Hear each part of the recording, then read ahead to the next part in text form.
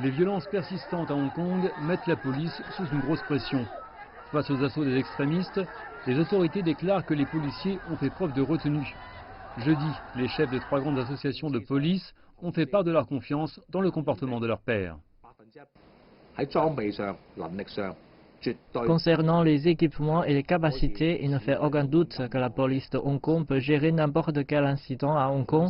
Nous sommes confiants, nous continuerons à maintenir l'ordre à Hong Kong et à protéger ses habitants.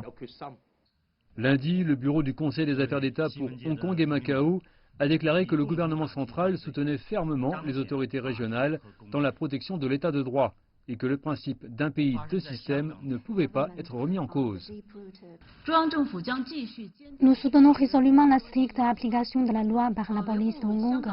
Nous soutenons résolument la punition des contrevenants violents par les départements juridiques conformément à la loi.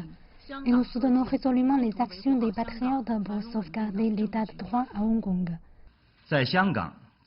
Il y a 3 lignes qui ne peuvent être touchées dans l'application du principe d'un pays, deux systèmes à Hong Kong et Macao. Les actions mettant en danger la souveraineté et la sécurité nationale ne peuvent être tolérées. Les actions défiant l'autorité du gouvernement central et la loi fondamentale de Hong Kong ne peuvent être tolérées.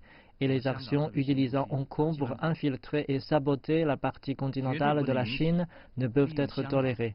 Un pays est la condition sine qua non des deux systèmes. Nous devons appliquer le principe d'un pays, deux systèmes tel quel, sans déformation ou changement. Les gouvernements central et local ont appelé à la fin de l'ingérence étrangère et souhaitent que certains médias hongkongais et étrangers cessent d'adopter la politique de 2 poids, 2 mesures lors de leur couverture des événements.